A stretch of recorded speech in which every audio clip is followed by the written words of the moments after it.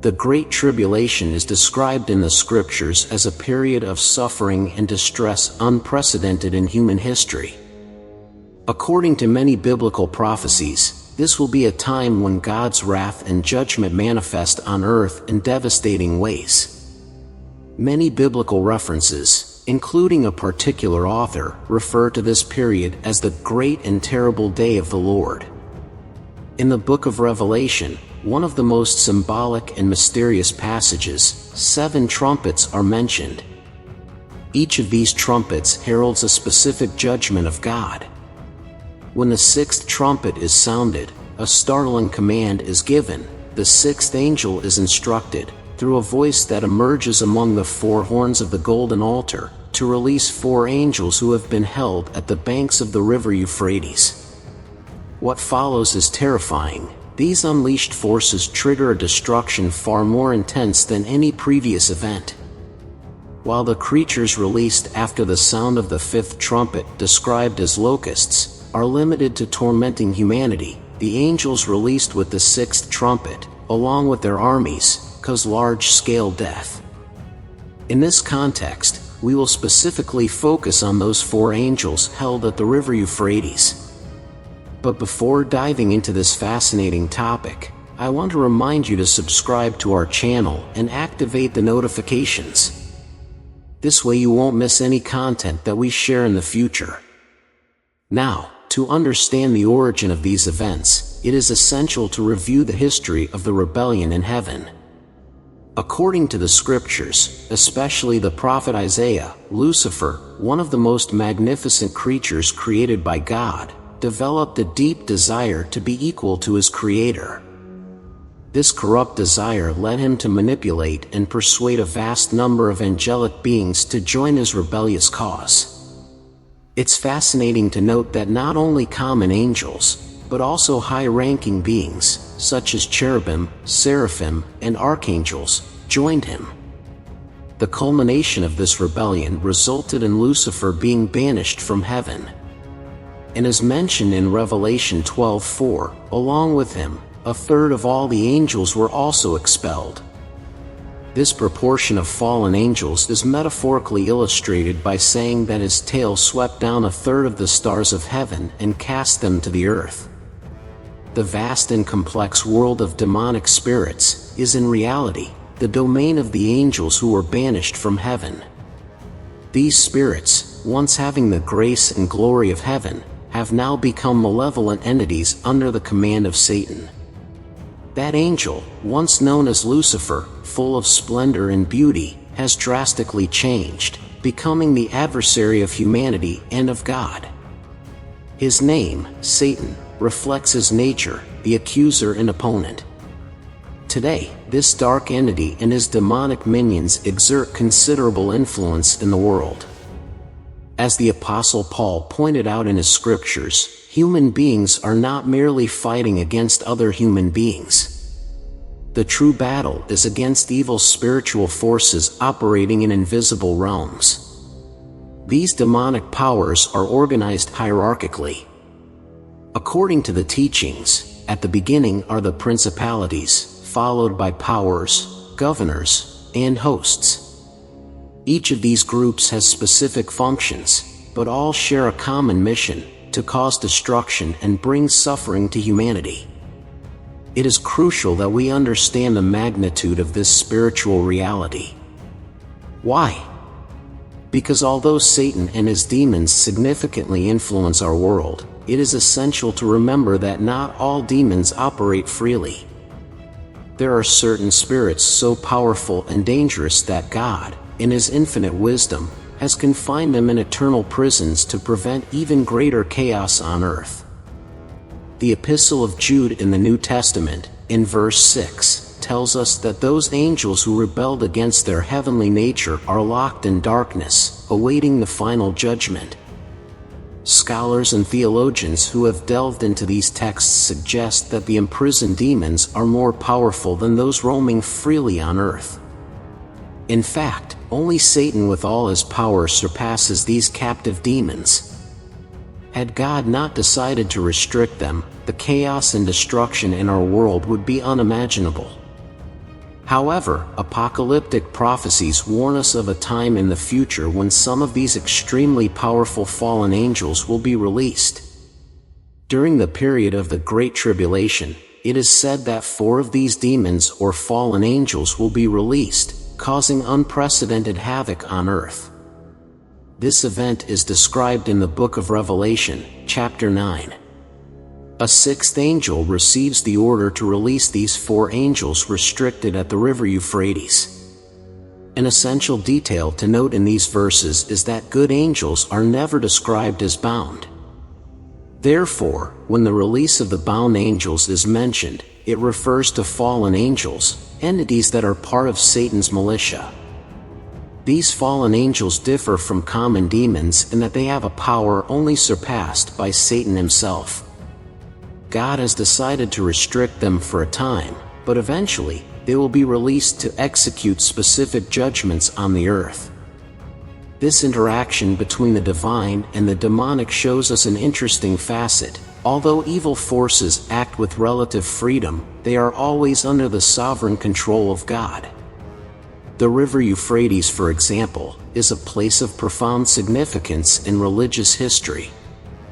From the Garden of Eden to the rise of pagan religions in Babylon, this river has witnessed significant spiritual events. Ancient empires such as Assyria and Babylon, which once subjugated Israel, had their origins beyond this river, highlighting its importance in the biblical and prophetic narrative. The scriptures tell us of these 4 angels who have been restricted until a precise moment, the hour, day, month, and year appointed, to unleash their fury on humanity. It is emphasized that these are not benevolent angels, rather, they are beings released with the express purpose of annihilating a third of humanity. Here, it is vital to remember divine sovereignty in this entire process. While at first glance the action of these angelic beings seems malevolent, it is crucial to understand that they operate under the sovereignty and permission of God. Although Satan and his demons act with evil, they are ultimately instruments in divine hands. That is, they do not act outside the control or permission of God. By releasing these angels, a prophetic purpose will be fulfilled. Although we do not have an exact figure for the world population at that future time, it is inferred that due to previous judgments, many will have already perished. However, the magnitude of the devastation that these 4 angels will cause is overwhelming, surpassing even the horrors of world wars. We are talking about the death of billions in an astonishingly short period. But, how is it possible that these 4 angels can cause so much devastation? The answer lies in the vast army they will lead. An army composed of 200 million fighters, an astonishing figure. The biblical description details that these fighters will be on horseback, wearing armor that glows with vivid and supernatural colors, and horses with a terrifying appearance, emitting fire, smoke, and sulfur from their mouths. These symbolic descriptions speak of the destructive power and supernatural nature of this army. The power of these horses and riders lies not only in their mouths, but also in their tails, described as poisonous snakes with heads of their own. Through these weapons, they cause massive death and destruction, plunging the world into an unprecedented state of chaos. Among theologians and Bible scholars, there are diverse interpretations of the nature of this 200 million strong army. Some believe it could represent Eastern nations with advanced warfare technology. Others argue they are demons armed with weapons of destruction. Another interpretation suggests they could be human beings possessed by demonic forces and armed to cause large-scale destruction. My personal perspective, based on the interpretation of the text, is that this army of 200 million will consist of human beings. However, what is undeniable is that these events are part of a larger divine plan, and they show the interaction between the spiritual and the physical in an apocalyptic scenario, where God's sovereignty prevails over all things. It is a call to reflection on the power and divine plan amidst catastrophic circumstances. This excerpt presents a chilling description of malevolent forces in action. John, the author of the Book of Revelation, provides a pictorial vision of a supernatural army, not only in number but also in appearance and destructive capabilities. Beyond the literal or symbolic interpretations we may assume about this passage, it is clear that we are witnessing a manifestation of evil forces at their peak expression. John places special emphasis on the appearance and capabilities of the horses that are part of this army. These horses, more than the riders, are the main agents of destruction. Wearing bright armor of fire, sapphire, and sulfur, they possess heads reminiscent of lions, evoking a mix of power, ferocity, and terror. But it doesn't stop there. The destruction emanating from their mouths and tails is three-dimensional: fire, smoke, and sulfur.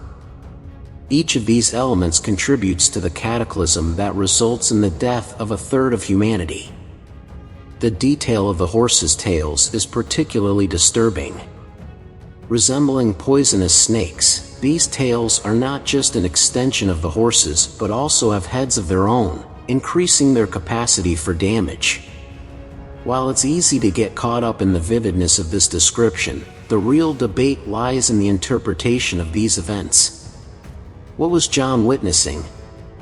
Some biblical scholars postulate that John was observing a representation of nuclear weaponry or some form of advanced war technology that would be used in the future.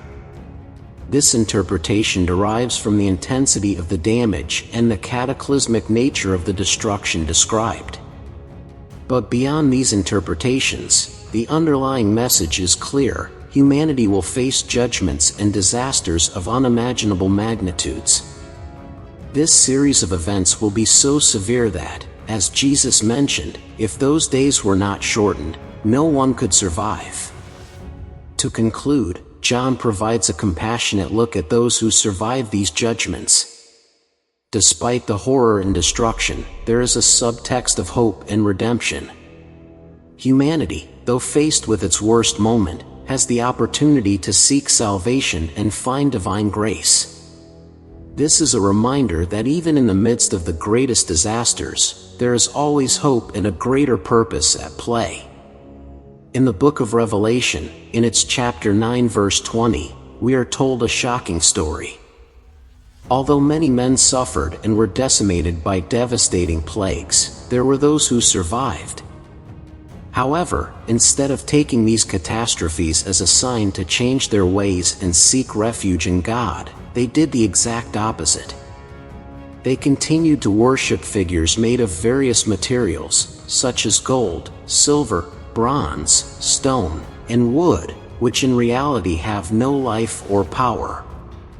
They did not change their ways, continued committing crimes, practicing sorcery, deceiving each other, and straying from righteousness. One might think that in the face of so much pain and disaster, people would turn to God, seeking His guidance and mercy. But what actually happened was disconcerting. Instead of seeking God, people clung even more to their old beliefs and practices. It's like what happened in Egypt when Pharaoh, instead of yielding to the plagues sent by God, became even more obstinate and defiant.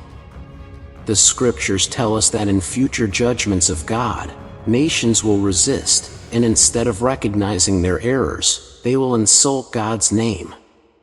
It's desolating to imagine that despite all the warnings and signs, many will choose a path of suffering and ultimately, eternal condemnation. So, if you find yourself on a path away from God, consider this prayer: Lord, I recognize that in my moments of pride and arrogance I doubted you, and even offended you in thought, word, and deed. But now I understand that you sent your Son, Jesus Christ, to be the bridge between my sin and your grace. Forgive me, transform me, and guide me so that I may be faithful to you every day of my life. Amen. With that, I want to conclude this study. I hope these sacred teachings help you in your spiritual growth. I would like to know from what part of the world you are listening to us, so leave us a comment. Until next time, and may God bless you.